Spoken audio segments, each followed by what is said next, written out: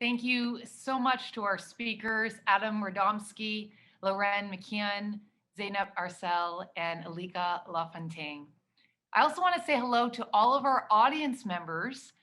Taking a look here, we have audience members registered from all over, Whitehorse to Calgary, Churchill to Brampton, to Halifax and beyond. We also have many Concordia alumni with us this evening, including me. I'm Bachelor of Arts Specialization, Journalism and Communications, 1997.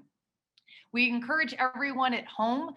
We want you to share your thoughts and reflections on social media. So feel free to post on any of the platforms. You can tag us at the Walrus and use our hashtag Walrus Talks. It's now time for our Q&A session.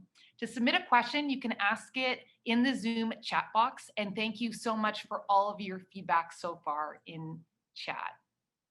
All right, our speakers are now going to join us. I'll start by asking some questions, and then we're going to get to as many audience questions as possible. All right, great to see you all. I'm going to start with you, Adam. I must say I was tickled by your cats, dogs, and puns. So I must ask, what role does humor play in our mental health and living better? Well, I think that it's an important question, and I think it really depends. I think if you're like me, it plays a central role. I think everybody is different. My sister hates jokes, and so it might play less of a role in hers. But I think being able to laugh during difficult times is a really valuable skill set, and I think that is true in everyday life. I think it's also true when you're working on very difficult things or when you're struggling. Does your sister, hold on. Does your sister hate jokes or hate your jokes? Maybe the latter. Well, I appreciate it, especially because it is heavy time. So it's nice having that balance, and I'm sure your students also get a kick out of that. Loren, I wanted to ask you, this recession and pandemic has been described as this she-cession, and I'm wondering if you think as society that there is a larger understanding of a gender lens?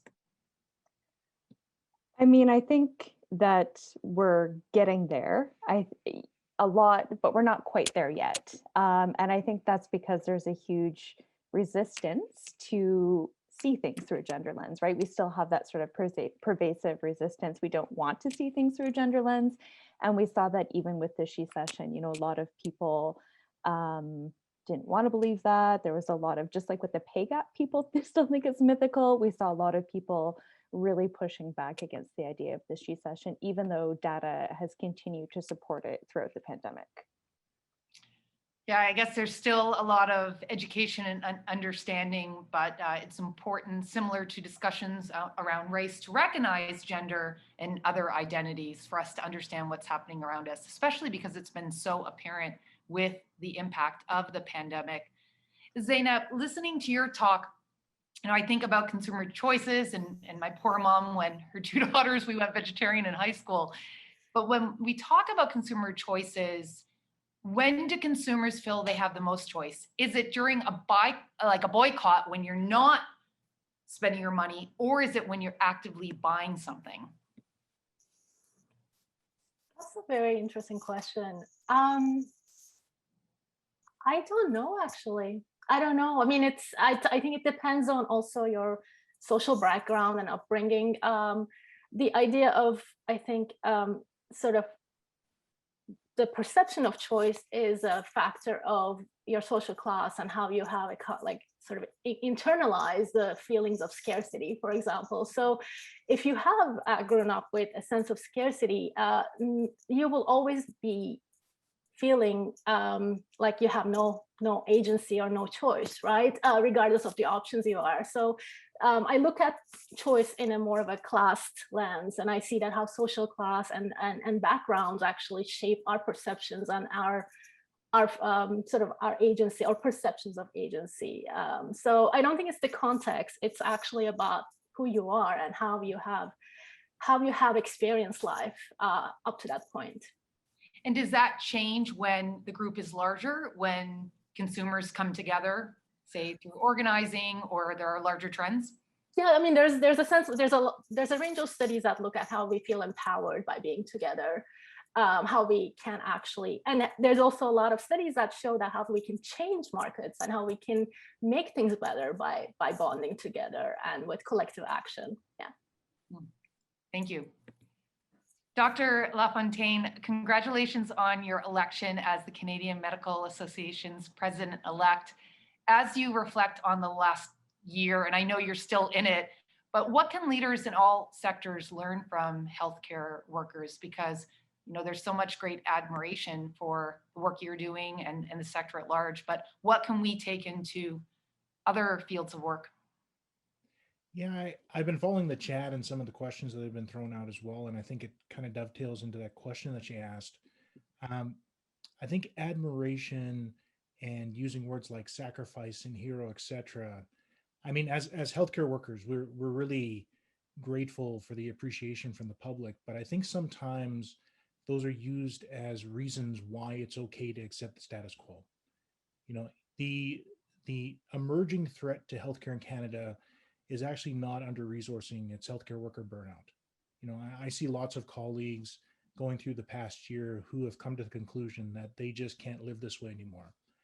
There was a period of time from August to now where I actually haven't taken any vacation or any leave, except for kind of the 1 week winter break. And that's just not sustainable when every single day you're, bombarded by the weight of this pandemic. We're all suffering in Canada right now. But there's a unique kind of suffering going on in the healthcare system right now. And I think in what I was trying to share tonight was this idea that maybe instead of accepting things like austerity and efficiency and having a connotation that's inherently positive that goes along with those, maybe we should instead consider those as competing priorities. Burnout among healthcare workers is a competing priority to, efficiency. It's a competing priority to patient safety. It's a competing priority to, other things that I think we've really come across in this past year. And I'm really hopeful for the coming years because I think patients and the public in general are much more dialed into this conversation. I appreciate also the honesty. I think we really need to talk about what's going on beyond the banging of the pots and pans and the heroes, which is, I think, our way of expressing our thanks, but taking a look at the deeper issues and ultimately the trade-offs that you speak of. I want to loop back to Adam. I mean, so much of our life is around the pandemic, but there is a lot of hope that the end is near, or at least that there will be a post-vaccine world. And there are questions on how do we reintegrate when things open back up? And I'd be curious, with your line of study, do you have any advice for coping with that type of anxiety, right? There's the COVID anxiety, but then what about the new normal anxiety? Well, I think change is hard, and we all know that, and we've been learning it for the past year, and I think that applies to both positive and negative changes. So some of us have been waiting for things to return to normal. I'm not sure that that's going to be the best phrase. I think some people will be happy to embrace whatever new changes are made available to us. I think other people will be scared of doing things, whether it's differently in the future or similarly, or similarly to how they used to be. I think we've gotten used to some things, and we're going to have to change moving forward. That's not going to be easy for everyone. Yeah, that's my hope is that there can be both, right? That whether you call it hybrid or just the way we evolve, right? That you learn from the situations that you've experienced, and you take the good, you take the bad, and you build from it. We're starting to get audience questions. So thank you to everyone who has submitted a question, and keep them coming. We want to get to as many as possible. Zainab, we have one from Kathleen, who's a former student. Kathleen asks, you mentioned that 2020 is the year of unfriending and unfollowing. Do you think that this is ultimately a healthy strategy to cut people out of your life that are having different morals than you? Or does the moral tension have a place in helping to define our identity? Hi, Kathleen. So I think we need to see ourselves in the context of relations, and also as someone we have access to resources to cope with that kind of tension. So for everyone who is, and I'm going to go back to my research with Aya, we see that the way people are coping with moral tensions is directly related to how they can actually equip themselves in terms of, for example, their physical and mental health, but they're also resources, and even their discursive strategies. How can you convince someone? How can you actually talk to someone that you're right and make a point? So there are points where I think it's absolutely unnecessary to continue to engage yourself in a moral dilemma with someone or a tension with someone, because we have to think about, we have to practice self-care too. But and there's also, I think there's a degree of which moral tensions are, it's a continuum, right? Whether we are gonna break up with mom because mom wants to put chicken broth in soup is completely different than things that might be, just deal breaker. And then also how we relate to that situation. I know that my answer is always, it depends, but this is how I also study things, is that really it's a complex network of relationships. But I've seen that in the pandemic, since we are so depleted and since we're burnt out, we choose to not fight. We choose to actually retreat. And there's a reason to that. And I think we have to respect people for doing that, because we're all struggling. Or do we ever fight when we don't mean to, where we're just, yes, of course. like really, on the edge, and it seems like a fight, but it's actually, burnout or just feeling frustrated and exhausted. Yeah. I found your presentation pretty fascinating. I found in the midst of this pandemic, I didn't realize how many of my close friends and even family are anti-mask or vaccine hesitant. And it's interesting how, and I obviously don't do research in this area, but it's interesting how once you get online, even though it's your face and your identity and everything, it's like it unleashes, the actual thoughts behind the facade. And I've even found with colleagues that they're much more extreme online in their personas than when we talk face to face, where they're much more balanced in other things. And that's been fascinating to experience over the last year. Well, Loren, I also can't help but think, in regards to gender, your talk encouraged us to embrace kindness and empathy as valuable leadership traits. But then your title of your book, which is with the Walrus books, is No More Nice Girls. So I'd love to hear your thoughts on what's the difference between kindness and niceness, but especially as it relates to women. Yes, I think this is something that I definitely have been asked before. And I think, I do think there's a difference between niceness and kindness. And I think that, when we think of niceness, particularly when it comes to gender, it can often feel like a double-edged sword, in the sense of like, oh, isn't she so nice? Or like, she's just a nice person. It's kind of a way to dismiss women usually. Or, she's not nice enough to dismiss them again from leadership for being too aggressive or too assertive. Where I think kindness is actually a practice and it's an intentional thing where, kindness to me is associated with equality, toward treating people with the same opportunity, to understanding. And I think that, that is very different and much more active than just being nice. And I think when it comes, to the pandemic, kindness really is wearing a mask to protect people around you. Like, that kindness is, caring for other people and how they might be doing, and, caring for our elderly, for instance, even though we might not be elderly ourselves, caring for our essential workers and our frontline workers, even though we might not be there. That to me is a practice of kindness. Yeah, I have to say that's one thing I really enjoyed about the pandemic.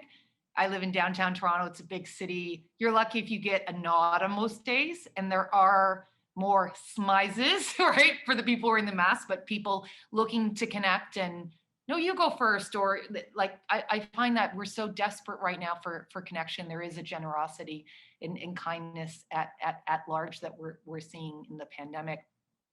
Okay, bunch of chat questions coming in. Alika, people are really connecting with your talk on austerity, and Edie specifically wants to know how the academic community can help advocate against healthcare austerity. Yeah, so I think that academics are really the thought leaders of medicine. So whatever we write and whatever we focus on in our research projects, that really sets the stage for where the conversation goes over the next 5 to 10 years. And if you look at literature within, business of medicine and within different focuses of, care and other things, we've been so fixated on, this panacea of efficiency and efficacy that I think we've really eliminated the human factor. How many quality improvement metrics ask the nurse on the floor whether or not they feel safe accepting an acute care patient when they're managing another 8 that kind of have the same level of acuity? Or how many QI studies look at whether or not a patient feels safe coming out post surgery when they have a complex chronic disease kind of milieu, and they're kind of moving around within what's moving around. I find that patients are very apologetic when you tell them that the healthcare system can't do certain things. But there are some things that we should always expect the healthcare system to do. We should always feel safe. We should always do things safely. We shouldn't put ourselves in situations where we're doing something knowing full well that we don't actually have the capacity to do it. And I think that that's a huge role for academics to start speaking up and out about these things. I would love to see, people writing more about, the connection between how people feel on surgical floors and medical floors and emergency rooms and clinics, and how that translates into the lived reality of what's going on. I remember going through as a medical student with an elder in my community, and we passed by someone who we thought was homeless, and they turned to me and said, is homelessness a problem? And I was quiet as I thought about it. And the elder went on to say, if you're an academic, then you'd say that you have to do a multi-level trial in order to actually count all the homeless in the community before saying it's an actual problem. And this is the power of academia, is you're the validators of truth. You're kind of the thought leaders. And so having more people talk about austerity and, not just trade-offs, but actual choices, like we are designing a system as we move forward. I'd really love to see that moving forward. Yeah, no, I like that, is moving away from the idea that there is a trade-off, but that we can make active choices. And that's government, but also extending that to other fields as well. In regards to academia, we have some questions for our Concordia profs. This is one, Adam, coming from Maureen. Can having been treated successfully for depression in the past help us develop some kind of immunity? Yes, although it depends a little bit on, that's such an interesting question, on how you've been treated. So, Okay. for example, the most common treatments for depression and anxiety disorders are antidepressant medications. And they work, they're helpful. There is some evidence that when you stop them, that those problems are more likely to return. In the psychology world, the evidence-based treatments that we used are usually in one of the families of something called cognitive behavioral therapies. That's the kind of work that I do. It's an evidence-based psychological approach. And because that is based on giving people skills to manage their anxiety and their depression and other aspects of their lives, that once you've been treated, you can always use those skills. One of the things I like to say to my own patients, my own clients, is that my number one job is to put myself out of a job. And the best way that I can do that is to give you my job. And so that if you become your own therapist, then you won't need me again. And so absolutely, that is the case. Right. Laura, would love to hear, as you have been gathering your notes from the women of the pandemic, what some of your reflections are in regards to the learnings and how it connects to our conversation tonight and how we live better. That's a big question. And I think, part of for the big question. Yeah, part of the reason I think it's a big question is because, I think at the beginning of the pandemic, we talked about, there was this kind of idea that the pandemic would be the great equalizer. And we've learned since then that it isn't. And, many people have experienced the pandemic differently, but also many women themselves have experienced it differently, depending on what communities they're in, if they're racialized, if they have the ability to work from home, where they are working, health levels, mental health levels, all of these things we're talking about. So I think that when it comes to the idea of living better, we have to acknowledge that, many people did not have the privilege of working from home and the comfort of working from home, and they didn't, they did not experience the pandemic that way. Many women struggled a lot. And I think when we think about living better, we have to really, as we come out and as we think about recovery and what that looks like, we have to put those people first instead of last. When we look at recovery, we have to start putting these women as the priority, and we have to start thinking better about our racialized communities, about our street involved communities, about people that really bore the brunt of the pandemic and continue to do so. So I think, big question about living better, but I think, where we have to start looking for the answer is how to live better is the people that really fell through the cracks during the pandemic, and what it would mean for them and for everyone to live better. Yeah, and there has been so much learning and growing in the pandemic, and also a big call to action for greater racial justice coming out of last summer. And Zainab, I'd love to bring you into the conversation here. Are we as a society waking up? Is there a greater awareness in regards to how we make decisions and how that might connect back to who we support, whether that's a small business or a Black-owned business? Curious what you're seeing in terms of last year and this year and how it carries over. I think we're getting more polarized. I think we're waking up in certain ways, but we're also seeing a lot of backlash and bigger moral gaps, bigger moral conflicts, and even on issues that we think are smaller, right? I mean, there is hope, but at the same time, I think the path to whatever we think is good, and this is something that I do want to highlight, is that, I mean, there are universal morals, but also at the same time, some of the things are ideological, right? So, but there are big ideological tensions in terms of, as we said, how we manage the pandemic, whether we believe in global warming, and how we manage the resource depletion issues. So, I tend to be a pessimistic person. So I see that there's turmoil. I just don't know what's going to be the outcome of the turmoil. You are keeping it real for us, and I appreciate that. And that connects to a question for Adam. You brought up global warming, the climate crisis, Zainab.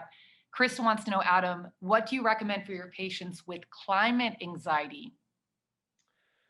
Yeah, I mean, so bad news first. Should we start with the bad news? It doesn't look good. There's a lot out there that doesn't look good, and actually, it relates to another question that I saw on there about what can you do with people who are not following government guidelines. Because whether it's about climate or it's about seeing things in your life that you don't like, that you believe to be wrong, that other people are saying are wrong and are problematic, I think when it comes down to it, we all only have influence over a very small sphere of the world. It's our own world.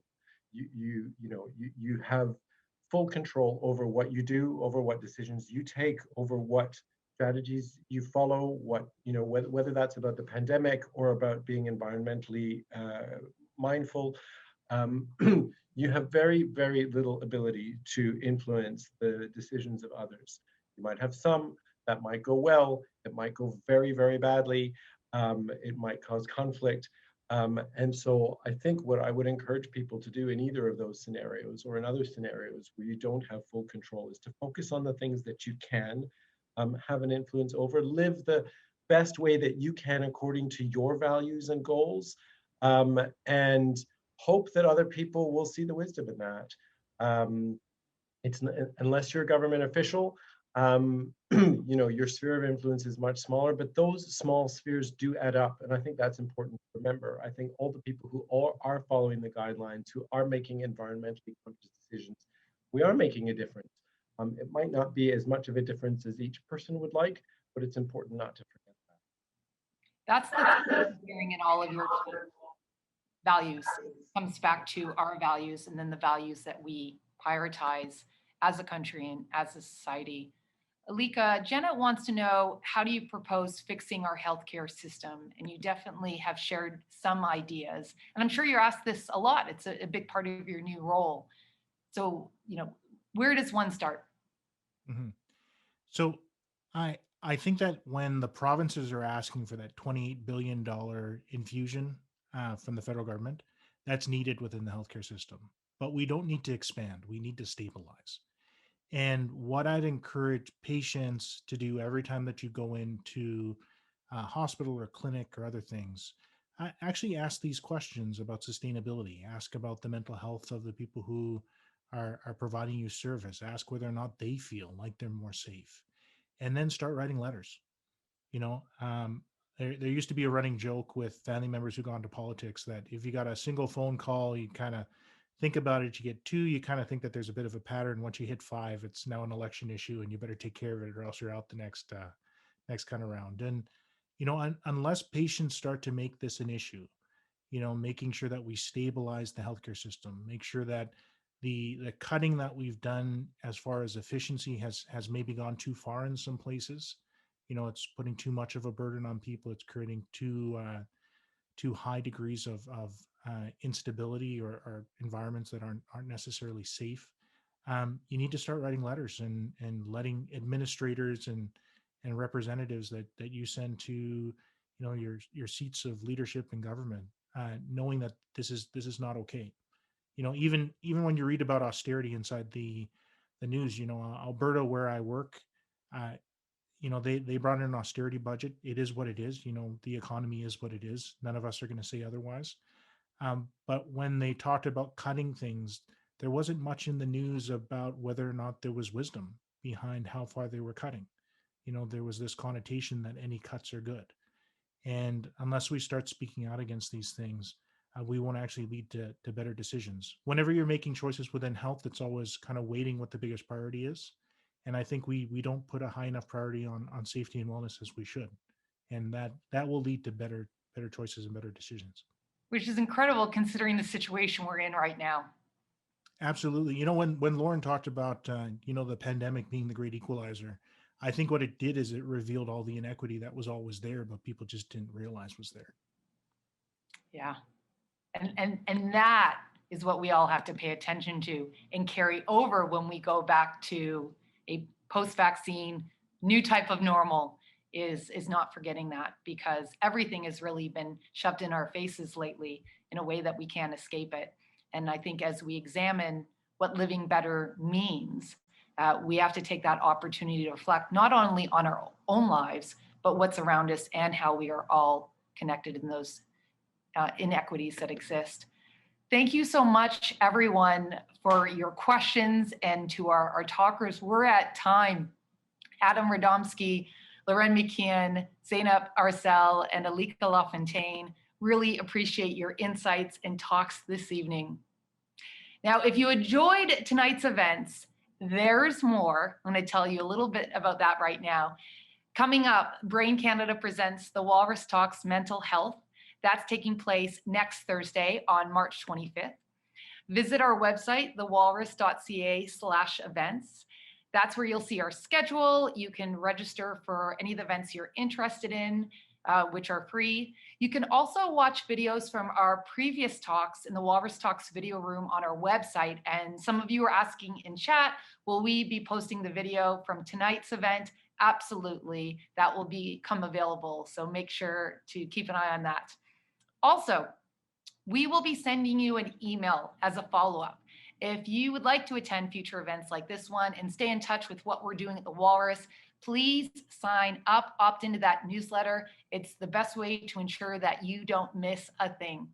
The Walrus is unique in Canadian media because we're a registered charity, and that allows us to produce our award-winning journalism, our events, and podcasts, because we're able to do it with the support of our community of donors and sponsors. So if you enjoyed this free event this evening, please make a donation at thewalrus.ca. You'll see that there's a donate link there.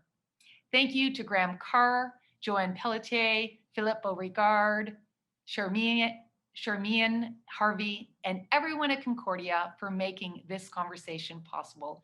We'd also like to thank our annual sponsors, Inspire, Labatt Breweries of Canada, Air Canada, and Shaw. Community is really important in these COVID times. We talked about some of the challenges we're in tonight, but coming together, is really important. And we thank each one of you for being a part of the Walrus. Thank you so much for tuning in. Have a great evening.